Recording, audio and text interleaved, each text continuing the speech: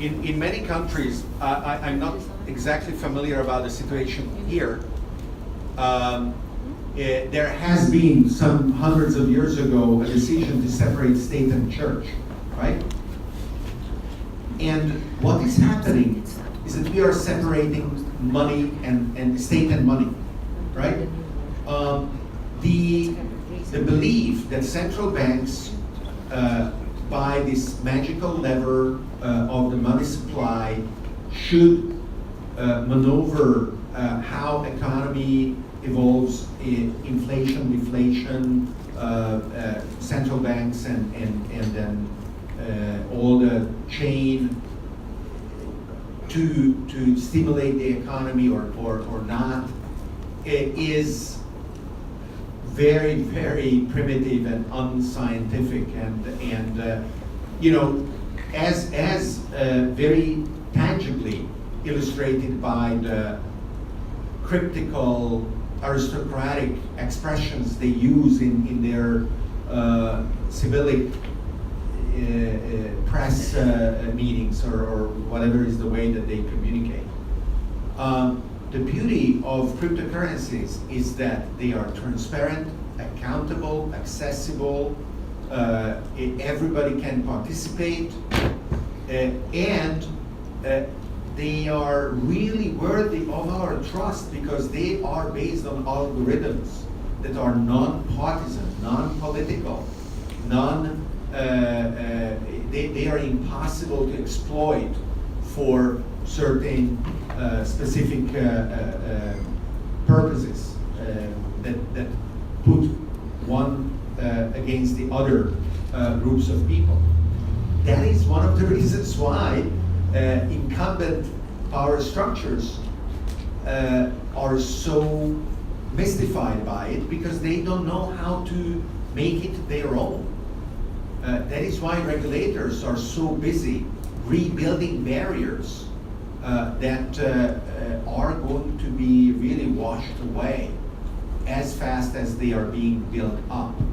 As a latest example, China and now the US are acting against centralized cryptocurrency exchanges that represent the interface between the old world and the new world.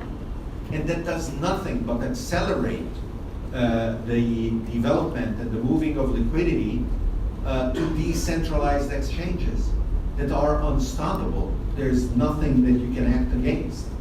And it is going to be like this, and it will really come with wonderful new things that we will invent together. Last question for the evening. Yep.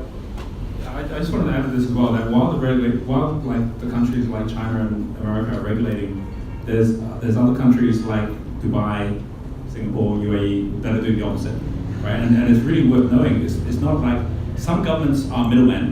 Like the whole point about the whole blockchain is that it gets rid of the middleman, right? So banks are middlemen, governments are middlemen. As long as they're not necessarily adding the value that you're looking for them to add, they'll all get cut out. The big difference of like Dubai, which has 0% income tax, like zero, right? 0% capital gains tax, is they're not treating their citizens as employees, which is what America does, it's what China does, where basically it's all about getting the money from the income tax by getting to work harder. Dubai doesn't do that. They treat their citizens as customers, which is how we make this a destination, which means people want to come pay money here. So they're not a middleman, they're actually a value deliverer, which is a totally different thing. So when Dubai, a couple of years ago, created their digital plan, where they said everything's going blockchain, everything, that shifted everything. Like we talk about, like, with Migrate, having property on the blockchain, you cannot buy a property in Dubai today without being on the blockchain. Everything's already on the blockchain, right? And similarly, UAE, just last week, has created their own digital plan for 2021, where they are going to put everything on the blockchain, and they have 4 tenets to say, as long as it fits one or more of these 4, we do it. Number 1 is happiness. Does it make our citizens more happy? If we can get citizens on the blockchain and they don't have to actually have a passport and stand in customs, and they can just walk into our country and walk out of the country, that'll make them happier, we'll do that, right? If they don't have to actually file their income tax because it just happens naturally on the blockchain, we'll do that. And then the second one is efficiencies. Does it make things happen faster, which is what you'd expect. The third one is all about legal. Can we do this in a way that we don't need lawyers anymore? It just all just happens. And the fourth one is entrepreneurship. That we do this in a way that makes everyone more resourceful and not have to worry about chasing things, but actually have it. they're creating a new utopia, but they're doing it off the back of the blockchain.